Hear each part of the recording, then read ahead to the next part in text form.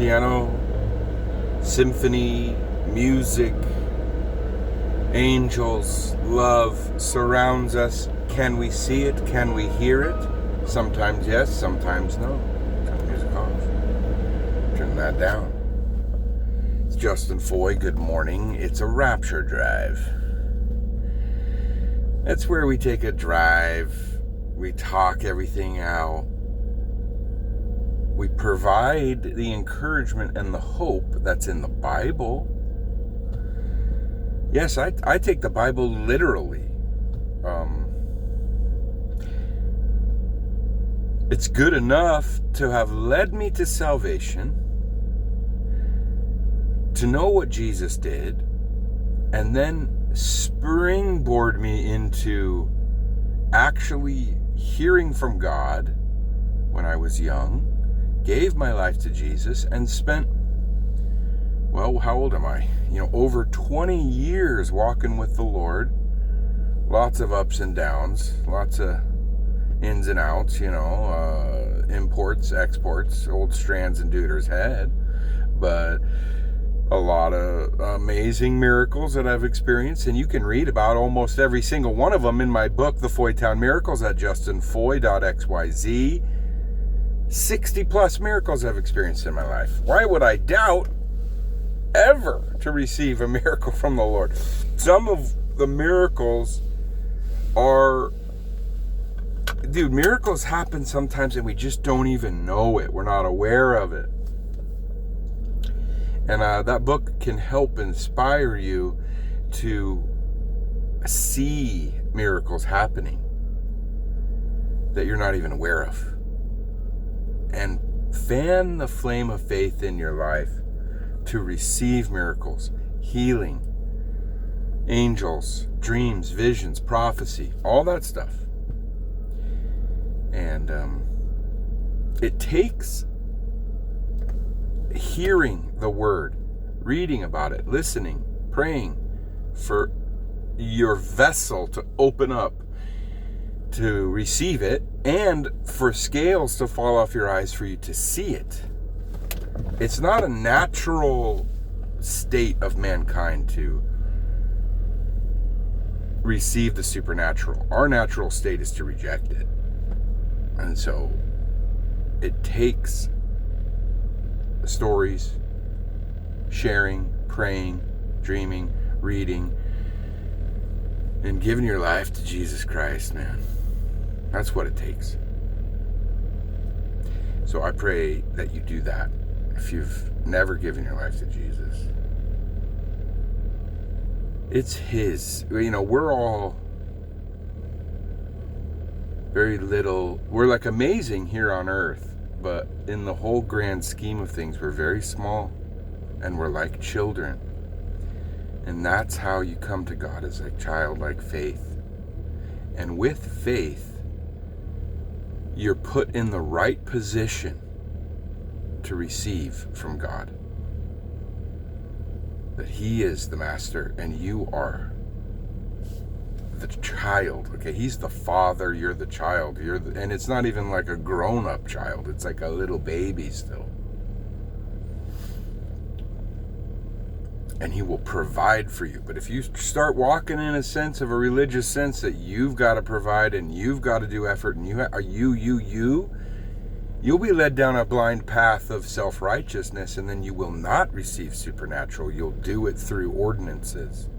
If you want the supernatural in your life, it comes through asking and receiving. Does that make sense? Okay, cool. Let's get that out of there. I sent a comment to Timothy Alberino. I don't know how to contact Timothy Alberino. Does anybody know how to contact Timothy Alberino? I really would love to speak with Timothy Alberino. Now's the time when we need, I know he does a premium members only stuff. I don't got any money. I work full time and every dollar in is every dollar out, okay? I mean, if I could, Lord, your ways, you can make anything happen. In Jesus' name, I pray that Timothy Alberino comes on live Tuesday night, man. That's my prayer in Jesus' name. I've received so many miracles. I got no problem receiving that one. So anybody wants to double up on a prayer on that, that's who I really want to talk to. Because I have some questions for Mr. Timothy Alberino. You see, Timothy Alberino has an amazing understanding about what angels and the supernatural creatures have and how they operate in our dimension. He doesn't like the idea that it's like, oh, just because they're from like some other dimension, that means they don't have to use technology or have a physical body or, you know, he makes the really strong case that even though, yes, they're from a higher dimension, number one, if they were to operate in our dimension, they would have to use physical vessels like a UFO or, you know, these balls of energy that they're seeing, that those ones, the wheel within the wheel. And because, you know, this guy has researched sightings, contact, abduction, face peelers, like crazy stuff all over the world, but mainly South America. It's funny because I bet you people from South America are looking at what's happening in New Jersey and they're like probably laughing about it. Like, dude, this happens every night. And it's been happening for 40 years down in South America. Crazy lights, drones, spaceships, abductions. They've been getting away with it down there for a long time. And it's like we have a series of unexplainable lights and we're freaking out. Well, guess what? This is not new. This has been happening in South America for a long time. And we just didn't have iPhones and cameras and tablets and ready to go video. And every video that we did have from the past, it's like horrible and we don't care and we don't believe them. But now it's to the point where if you look up, you're probably going to see stuff every single night. All right. So what I would like to explore with Timothy is, because here's the thing that's really weird about all this stuff. Sometimes now they're getting eyesight and video camera reports from just eyewitnesses, but also on camera, which is not picking things up very well, that it shapeshifts, where it's like weird looking, and then it'll like kind of look like an airplane. But it's not. It's low and it's stationary. But it like, wait, is that an airplane? It's got wings, it's got the lights on it that are like an airplane. Oh, but no, those are weird lights. Wait, there's like, you know what it's like? What I was thinking the other day? If you've ever messed around with AI imaging, you know how like the AI imager will like make something for you, but it'll have like one hand will be the opposite way, and it'll be like 9 fingers on one hand, and like maybe a half of a face is weird. Like AI imaging is incredible, but it makes like weird little mistakes. That's what it feels like on some of the stuff, where it's like it's trying to look like an airplane, but it's a little bit off.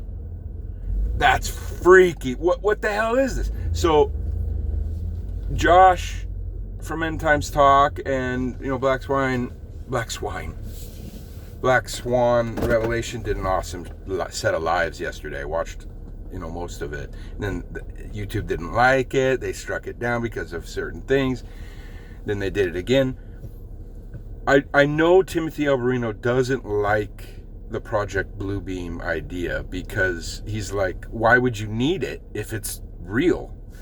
Well, here's the offering I want to submit, something that Josh revealed, and that little video of the old man. I don't know who that was. Can you please tell us who that is? The old man who was like, claimed to be a Men in Black guy, and he had all this information, and supposedly he predicted the crazy, wow, what's the best, this is the craziness that happened in 2020, -1. Oh, God, I hate talking in code. I know I can do it really well if I wanted to, but I hate it so much because it goes against everything I am as a modern American who believes in free speech, so I hate it. But anyway, dude, what if, and I would like to submit this to Timothy, and if not, then me, Ryan, and anyone else, Tiger Monkey, Amanda, Josh, if you want to come on, anybody who wants to come on and talk about this, Charlie, what if it is true that it's like, it's kind of like how Star Wars did it, and how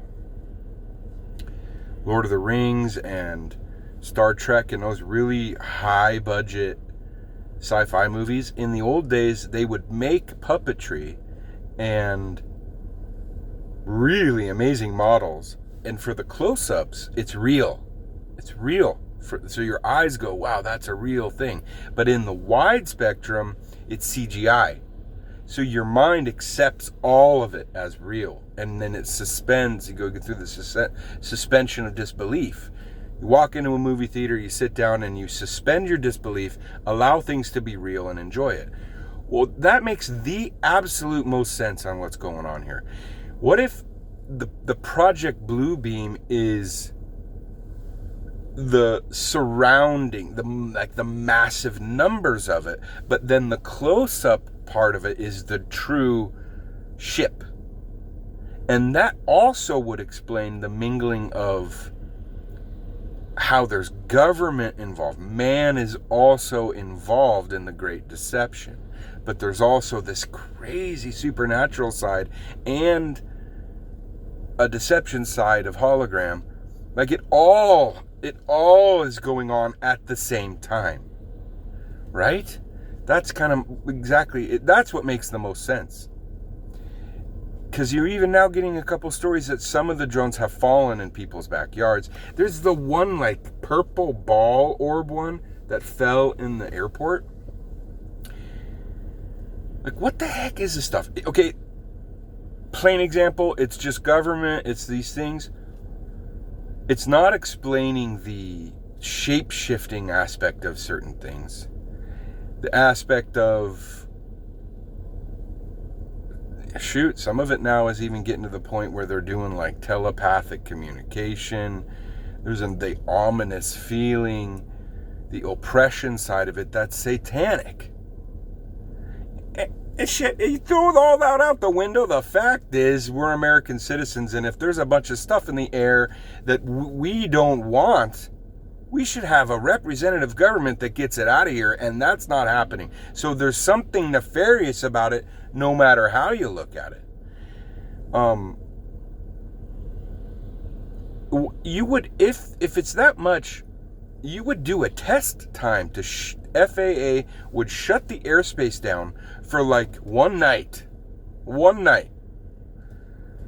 you don't know the troubles that would be for the travel industry, and so what? One night, everybody has to agree. We're shutting it down. Okay, there's nothing of ours in the sky, so you can't complain about it. Might be an airplane, it might be some guy's personal drone, it might be this, it might be that. No, nothing. We go zero. We ground it for one night and watch. Everybody, cameras up, everybody watch. One night down. Something's in there, military helicopter, follow it all the way to its source. The fact that we won't even do that, it's telling you that it's nefarious. Period, right? I mean, and then you go and you look and you see how Elon Musk made that post. Barack Obama talked about predator drones, and like his whole like sarcastic, evil ass tone about little jokes of like dominating people. I can't stand that person, if he even is a human. I mean, who knows? Who knows? You got to admit that's a possibility now, right? I wonder what Timothy Alberino thinks about that, because I know he's done all the exploration of face peelers. How do we even know who the heck is a real human? Is it possible that some of these really public elite figures are not fully human? I would submit that outside of the worship of Satan and the mark of the beast of his name, I can't see a future where there isn't a biological identifier. To even post a video, eventually it's going to be, how do we know that wasn't generated by AI? Was that really you speaking? It's got to be biological identifier number, this is really Justin Foy. Hi, how are you? Code accepted. Boop, green light. Like it's gotta, how do we know? How would we ever know? It has to go that way. Now, the association of the number of his name and the mark of the beast in your body and the worship of Satan, that happens in the middle of the tribulation. Well, at the very least 4 years away from that. Like if the rapture happened right now, small gap, then the covenant and all that. I don't know, man. The further we get, the more that technology is just going to be right there ready to go. We could be already operating in it. So today, my prayer is, Lord, I would like to talk to Timothy Alberino, because I see the interviews that he has, and a lot of people sometimes can't keep up with Timothy, and I'm not claiming I could, but there are moments that he has interviews and people ask him like the wrong questions. And I want to like, dude, I just want to cross sabers with you, man. Let's sword fight. Let's play swords, dude. Step brothers, man. I don't know, man. I would like to see Timothy Alberino try to make him laugh. Talk about Birthright, his amazing book. If you haven't read Timothy Alberino's book, Birthright, you need to. It's incredible. And you know what? There were so many little aspects that he talks about with angels and aliens and like kind of reshaping how we understand this whole thing, that at first you're kind of like, I'm not so sure. But you read it, you think about it, you look at scripture, you see it, you go, yeah, the more you really think about it, it's like the intertwining of spiritual and physical mechanics is starting to make more and more sense. Let's say they are super dimensional. And he goes, well, even if they're in Narnia, is how he says it. Let's say they're in a whole different dimension, in a different world. Are they not using clothing and food and things in there? They're just floating around like a weird... No, there's real stuff going on. So when they transcend into ours, it would make sense that they still use it. And now that explains everything that goes on and through the history of the world and all the hieroglyphs and all the stories. When those angels appear, sometimes it's just in a light as a man standing there, but there's ships involved too. So I want to wrap my mind around that.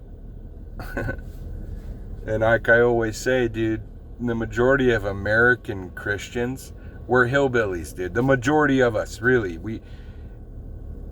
Yeah, sure, there's some refined academic style type Christians out there. There are. But most people, you go to the store, you go to Walmart, you go to the gas station, you go to your neighbor. I mean, we're just kind of like barely making it, trying, getting some food for the kids, watching some TV, having a beer, but fully believe in Jesus Christ. And some believe he's coming back, some don't, but believe, and we're just barely making it to where if something like that ever showed up, they'd take their shotguns out and just start shooting. I mean, I know they would. I'm surprised in New Jersey that's not happening. You get out of New Jersey, if this kind of stuff happened in a swarm in Texas, you're going to see a total different result. I guarantee you. There are people with full mounted machine guns in these places. I don't have any weapons like that. But there are people who've got them in this state, dude. You think they had a easy time taking down David Koresh? No, they did not, because they knew that whole building was full of weapons. That is everywhere in Texas, dude. The guy down the road, your next door neighbor in this kind of world, he could have some stuff in his house, okay? If there was a drone swarm like that in this state and other states in the South, pop, pop, pop, pop, pop, pop, pop, it wouldn't matter, because it'd be like, dude, we're getting invaded. And then I want to ask, well, what would those bullets do? Are we seeing dimensional shifts, the ability for them to bend space-time to where a bullet wouldn't do anything? But I'm telling you right now, a Christian would test it. Heck, you don't even have to be a Christian. Just a regular human trying to defend his house would test it. Is this shotgun gonna stop you? Right? So, man, I just would love to have a conversation with Timothy Alberino. If it's not Alberino, then me, Ryan, Tiger, Amanda. That's kind of the core of my show on Tuesday nights at 6 p.m. And then I put the link out there for anybody. It's like a live for the people to come on. And dude, we got to talk about it. I want to talk about the blending of what is supernatural and physical in our realm. Makes sense that if these things come in, which we know they will in the book of Revelations, he's sent down, cast down, which I believe is a symbol of going into the dimension of being locked in there, then there's physical laws here that they will have to obey. They are not the master like Jesus Christ being able to walk on water. They are not. They are stuck, and time is short, meaning they have to obey the rules of this setting, of this cosmos. Right? And then so are they already in the cosmos? Do they move in and out of it? If it is Narnia, like they say, it's a totally different cosmos, and they have some sort of ability to go in and out.